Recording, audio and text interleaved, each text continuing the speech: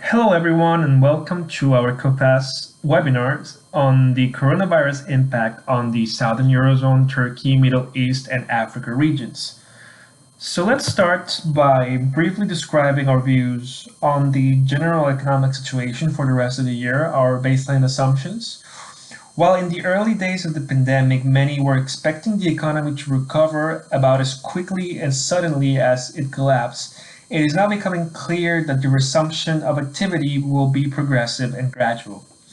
While we will see a huge improvement in Q3 and Q4 relative to Q2, activity will remain noticeably below 2019 levels. So why will this be the case? On the supply side, social distancing and other precautionary measures will continue to be an obstacle for services that involve contact with the consumer. So all that is restaurants, travel, hotels, entertainment, events, but also in some cases affect the productivity of the manufacturing sector. For instance, for some operations, the precautions, the social distancing precautions and other precautions will limit the amount of workers that you can have on the floor at a given time. The operational cost of conforming to these new health regulations will increase for companies. On the demand side, household incomes will suffer a severe blow. In this region of Southern Europe, some of the most affected sectors have a disproportionately high share of employment. That is the case for the tourism industry. Meaning that this will have a huge effect on wages of the population. Therefore, the capacity to consume will suffer. Moreover, the willingness to consume will also have a hit because there will be psychological sentiment effects, even for those whose incomes remain stable. This is a well documented fact, is what we saw in Spain after the latest crisis with the rise in the savings rate, that these crisis episodes have a lasting effect on consumer sentiment. The consumer becomes more conservative, more risk averse, tends to accumulate more precautionary savings, and shy away from big ticket items, from durable consumer goods. So, for instance, while some of the people whose incomes had remained intact and were planning to buy a car in, say, March or April will probably do so in June, for others, they will adopt more of a wait and see kind of attitude, even if their purchasing power has remained intact. Regarding the risk scenario, it's basically one where we see a second wave of the disease emerge, kind of like what we're seeing in countries like Singapore. So this will obviously push governments to ramp up their measures again, maybe another wave of lockdowns. If we're being honest, the likelihood of this scenario is not small. It's not a likely scenario, otherwise it would be the baseline. But the details of this situation are too uncertain at the moment to make any kind of quantitative prediction based on it. And the other thing we can know for sure is that governments will do everything in their power to prevent this situation from materializing. So regarding the growth forecast and what's happening with the disease itself, on the disease level here in Europe, we see that the peak is past us. We have been seeing for a couple of weeks now sustained declines, not as fast as the growing part of the epidemic, but we are now looking at easing the lockdown. Some of the hardest restrictions have already been eased. For instance, in Spain, there is no longer non-essential production is no longer constrained. This will be the case in Italy as well. And in the beginning and middle of May, we will see further easing of these measures. Obviously, in Europe, we have the misfortune that some of the worst hit countries by the virus are among the largest economies: France, Italy, and Spain. And for Germany, which is the other large economy that is not as badly hit, but is very exposed to global trade, to the external demand. So this is why we will be seeing these very strong contractions on the order of 7%, 8% in our baseline scenario. Now, I should also say that there is always a certain amount of uncertainty that is around these forecasts. On normal times, it's typical to get it wrong by 1%, 1.5%. Obviously, the margin of error is a lot higher in these very uncertain times. And in a risk scenario, it's very common to you could see these going into 10% territory very easily. In Portugal and Greece, they've been a little bit more fortunate on the epidemic side. They were able to implement these hard measures earlier in their process of contagion, and therefore will have to stay less time in these lockdown measures, but still very exposed to tourism, very exposed to trade with the EU. So I just wanted to show you this indicator for Spain, Social Security affiliations. It's a proxy for the jobs in the economy at any given time. As we see on the left-hand side, the growth in this indicator is very closely correlated to the GDP. And we just see, I want to show you how fast the collapse was in this. So if you look at the right-hand side, you see that just in the two last weeks of March, we got to the same speed of job destruction that we saw during the worst months of the financial crisis. Right now, I've seen estimates that maybe something like 40% of the labor force in Spain is either in furlough, in temporary suspension, or in unemployment. So this having obviously huge cost on employment. Some of the worst affected sectors are also some of the ones that had most weight on employment, such as tourism. I wanted to show you this data from a study done by Algebris Investments, where they estimate, where they try to approximate the level of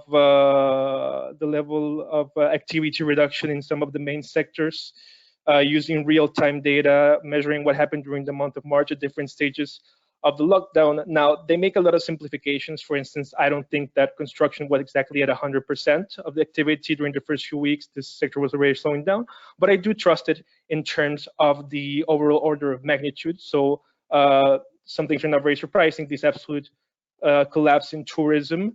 But you also see that some other important parts of the economy, at the worst of the lockdown, they're operating at 40% here, construction, manufacturing. I was a little bit surprised that transport did not collapse as much, but actually this is explained by merchandise transport, which stayed relatively resilient, at least compared to the absolute collapse you see in the transport of passengers. So, of course, in order to get an idea of how much damage will be, you not only have to look at the size of the shock, but also the state of vulnerability. And especially if you look at leverage, if you look at the state of corporate balance sheets, here on the left-hand side, for instance, if you look at debt as a percentage of the balance sheet, you see circa the start of the last crisis, you saw Italian, German, and Spanish corporates around the same level of leverage. Since then, Spanish firms have gone a pretty substantial deleveraging, converging towards the French levels of French firms. Whereas in Italy, we see them operating at levels of leverage recently comparable to those in Germany, but with the difference that German firms have a higher capacity to generate cash flow, better fundamentals to justify that leverage. We see a similar story when we consider liquidity.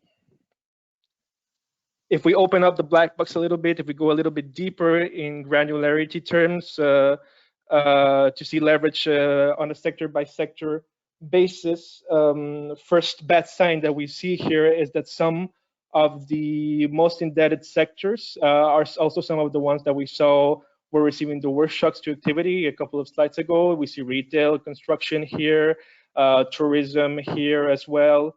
So this is obviously a bad sign. We also see that difference that we saw between Spain and Italy. So we see the worst offenders here in Italy, good 10 percentage points above those in Spain. But also something that I think is very interesting is that you see a lot of diversity within the sectors depending on the size of the firm. So here on the right-hand side, I have this aggregation between large, medium-sized, and small firms. And for instance, you can look at textiles here in Italy, which doesn't look that bad when you see it from an aggregate perspective.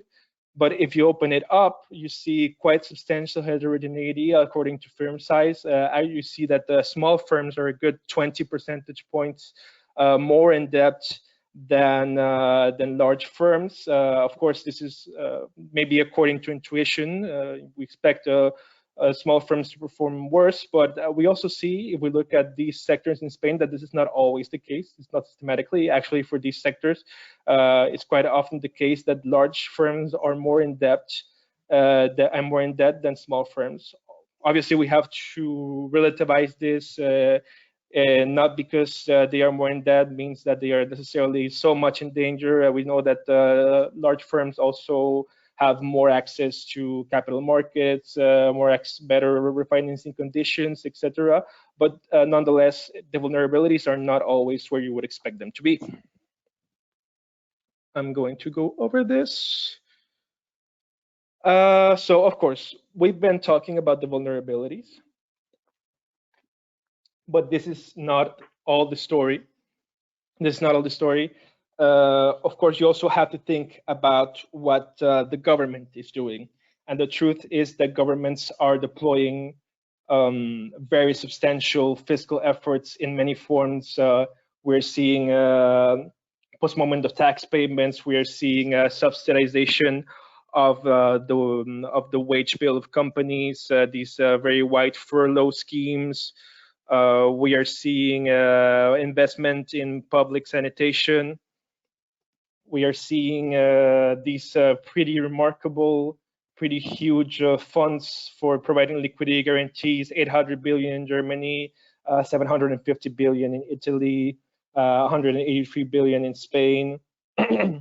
So a lot of efforts from the part of the government, not saying that this will be enough to prevent huge damage to the economy. But even though we saw at the beginning Germany pretty substantial 150 billion, 150 billion stimulus, government started catching up. Italy first announced signed into law these 25 billion, then recently announced a further 55 billion in fiscal spending.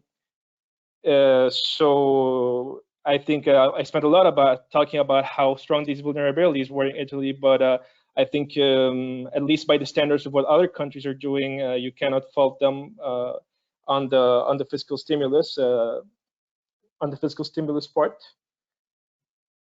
Another way to look at these funds for public guarantees is to look at them alongside the situation of liquidity and to look at them in percentage of short-term liabilities of firms.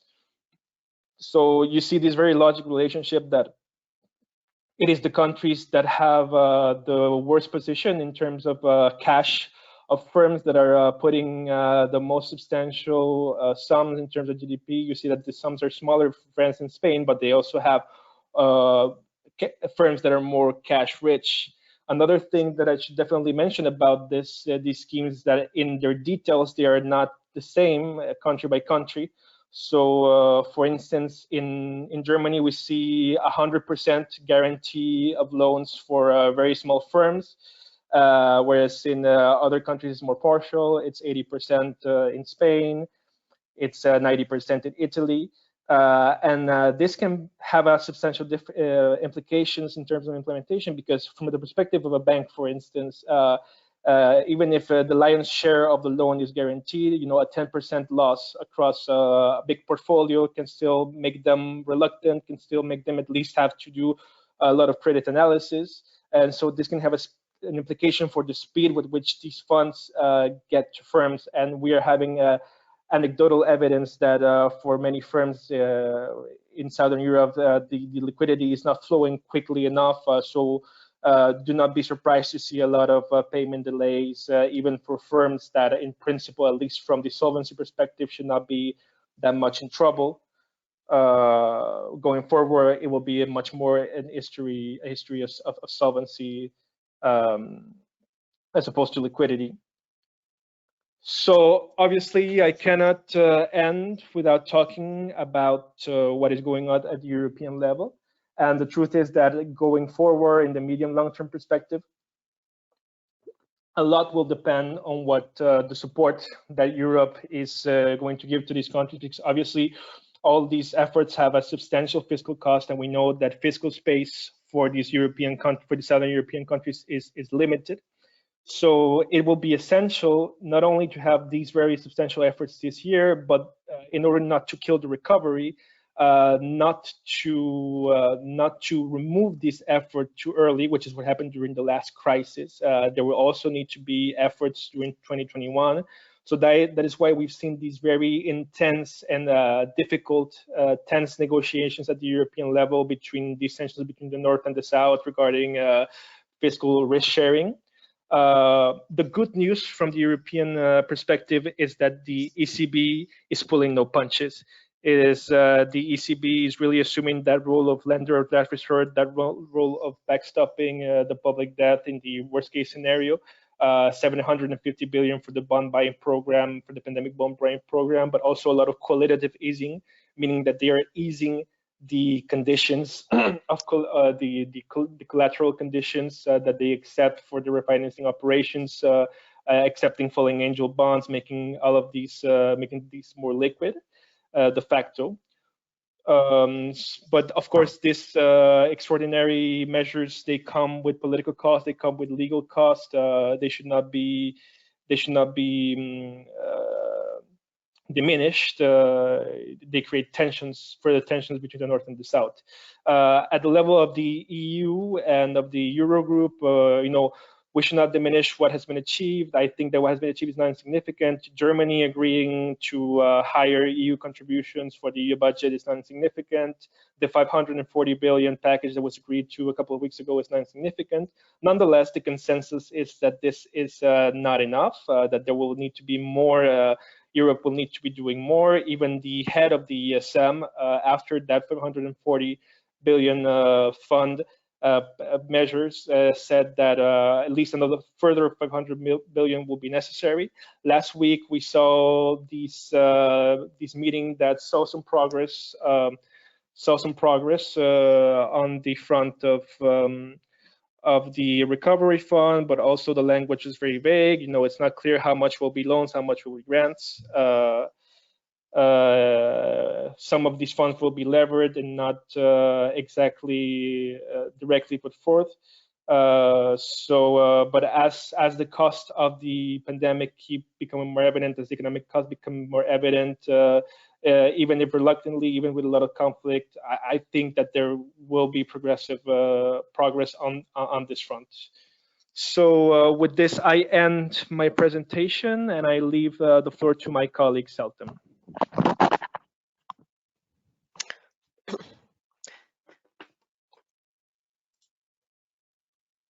Thank you so much, Marcos, and thank you all for your time and interest to our webinar.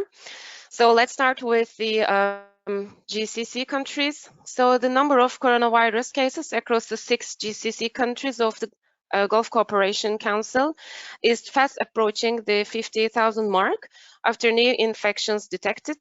Across the GCC, daily new cases continue to increase in the United Arab Emirates, Saudi Arabia, and Qatar. In Kuwait, Bahrain, and Oman, new cases have declined for the last 2 days, but it seems still a bit early to say that we have reached the peak level so far. Numbers are changing every day, yet so far no flattening. Deaths per 1 million people remains below 5%, but they test less as well. So the coronavirus impacts the economies through several channels, as you can see on the slide. So it is the plunge in oil prices as demand shrinks, slower global trade flows, and lower tourism revenues. So this shows you the fact that the countries have implemented several measures in order to fight against the negative impacts of the virus in the economy. The most important pillar remains the fiscal support, as the credit lines were already open and working effectively. However, virus-related measures such as lockdowns, closure of most businesses, especially in the service sector, and travel restrictions reduce partly the positive impact of the measures. All the sectors are very negatively affected by the virus, yet some of them will be more negatively affected from the virus-related measures, such as the hospitality sector, retail, metals, construction, and energy. So the oil market was already ailing before the coronavirus crisis. As you can remember, in 2019, oil averaged just over $64 per barrel, lower than in 2018 when it averaged just over $71. The fall in oil prices last year was mainly due to the impact of the US-China trade war on the global economy and trade, which shrank 0.4% year-on-year in 2019. But this year, we expect global growth and trade volume to decline both from a year earlier. And the oil market remains already oversupplied, and the storage capacities are close to full. And in this sense, the agreement of OPEC Plus countries to reduce production do not seem to be enough to lift oil prices. The International Energy Agency estimates global oil demand to fall by a record 9.3 million barrels per day year-on-year in 2020. Demand in April, according to the agency, is estimated to be 29 million barrels per day lower than a year ago, down to a level last seen in 1995. For the second quarter of this year, demand is expected to be 23 million barrels per day below a year ago levels. And the recovery in the second half of this year is expected to be very gradual.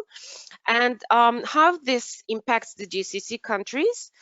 Despite all the diversification efforts, GCC countries are still dependent on oil revenues.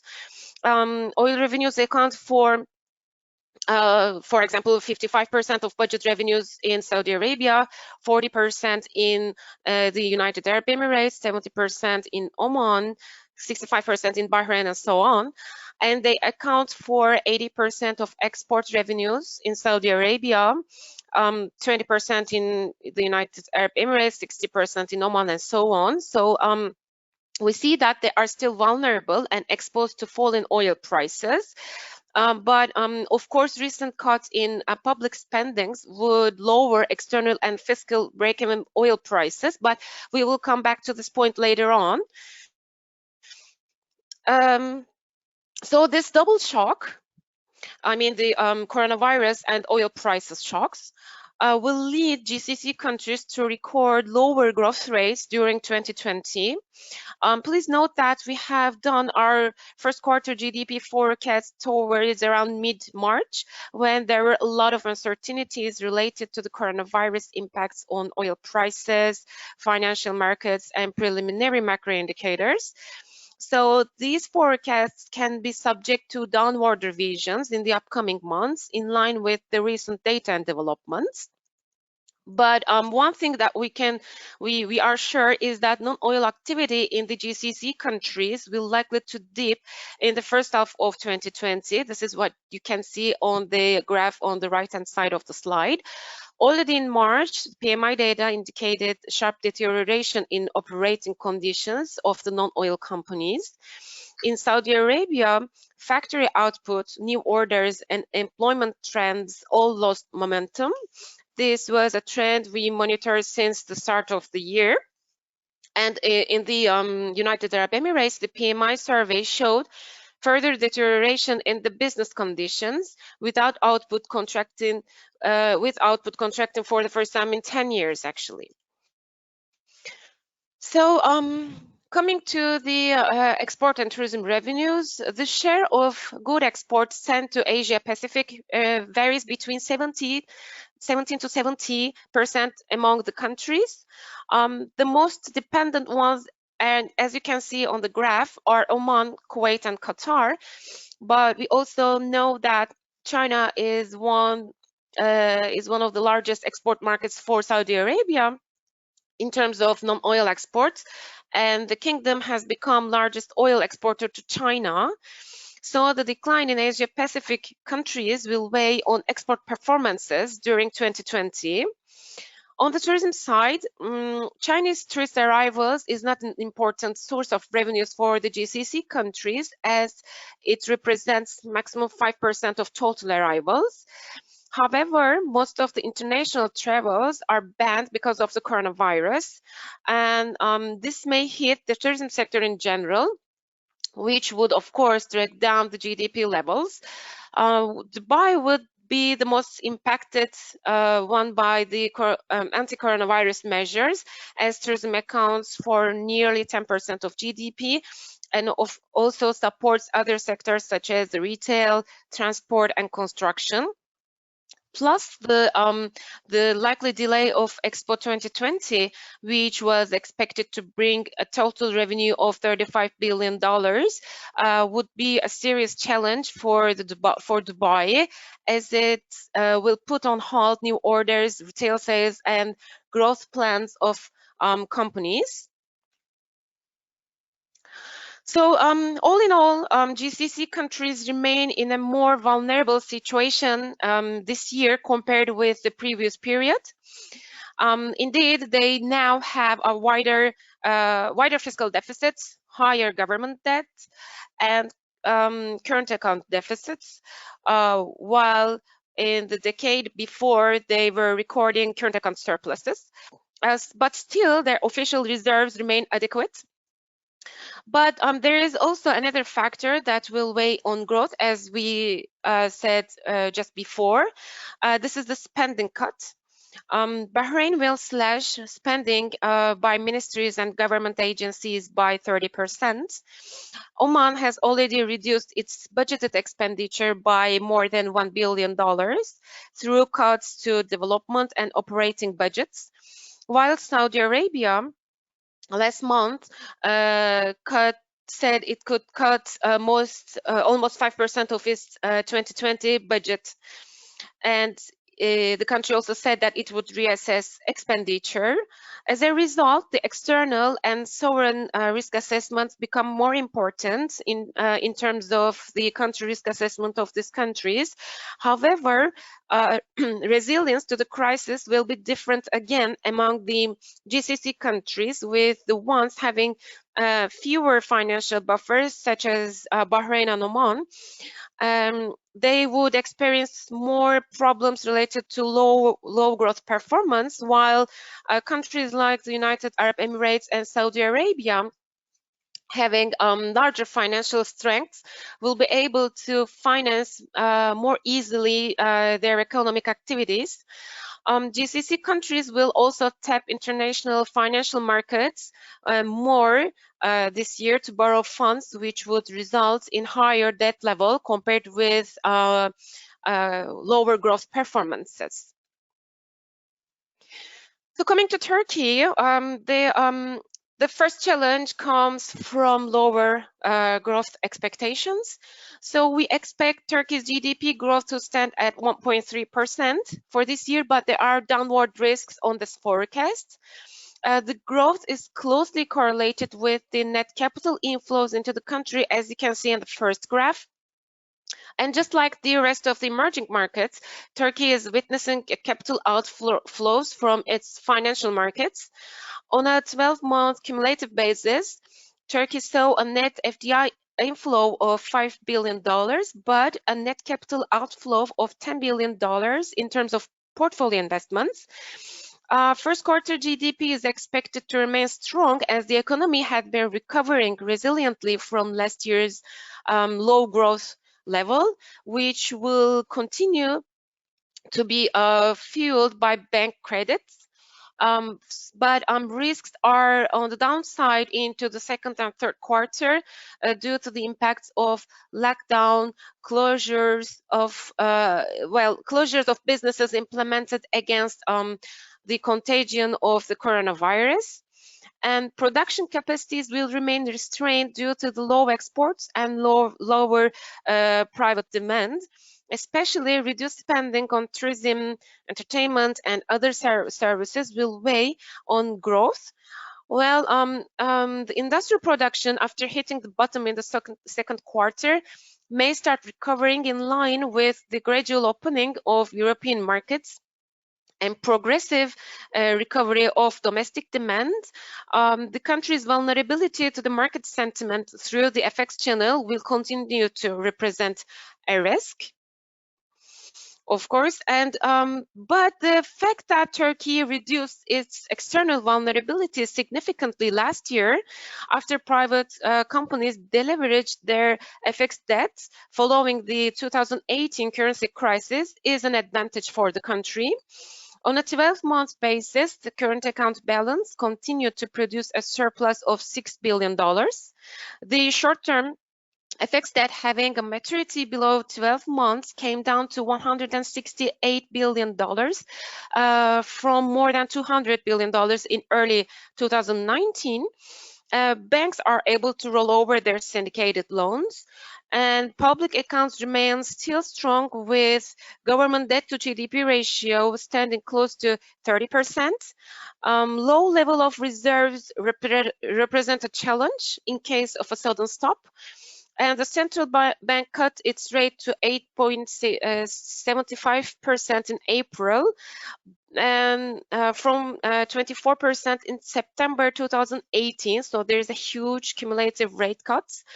Monetary policy is expected to remain loose, which would intensify the depreciation pressure on the lira, which can be one of the biggest challenge for the Turkish economy in the upcoming period.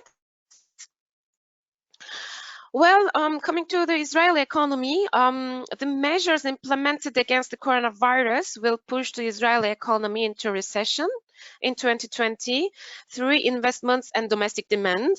Private consumption account nearly 55% of GDP and investments for around 20%. Lockdown measures and rising unemployment will drag down growth. And growth is expected to support it by higher fiscal spending, as you can see in the first graph. The government announced 80 billion shekels, which is equivalent of $22.4 billion or 60% of GDP package. And this package is expected to ease, at least partly, the virus impact on the activity. The biggest contribution to the growth will therefore come from public expenditures, which will widen the budget deficit to an expected 7% of GDP, and government debt to close to 70% of GDP in 2020. The delay in forming of government since April 2019 election represent another challenge to counter fiscal deficits. Still, the country has some resilience. Indeed, the level of external debt is quite low, as it remains at 25% of GDP at end 2018. The current account balance is a surplus, 4% of GDP, and the central bank reserves are strong, covering 13 months of imports at end 2019. And my last slide would be about African countries. Well, in Africa, there are two groups of countries, ones with a higher degree of economic diversification, like Senegal, Ivory Coast, Egypt, and Ghana. They have agricultural raw materials, minerals, gold, etc., and other ones like Ethiopia, Tanzania, which are less open economies. The ones that suffered the most are on the right-hand side of the graphic. And South Africa, for example, exports manufactured products, minerals to Europe, and raw materials to China. And there has been a strict lockdown in the country, producing the same negative impacts in the economy in Europe and the States.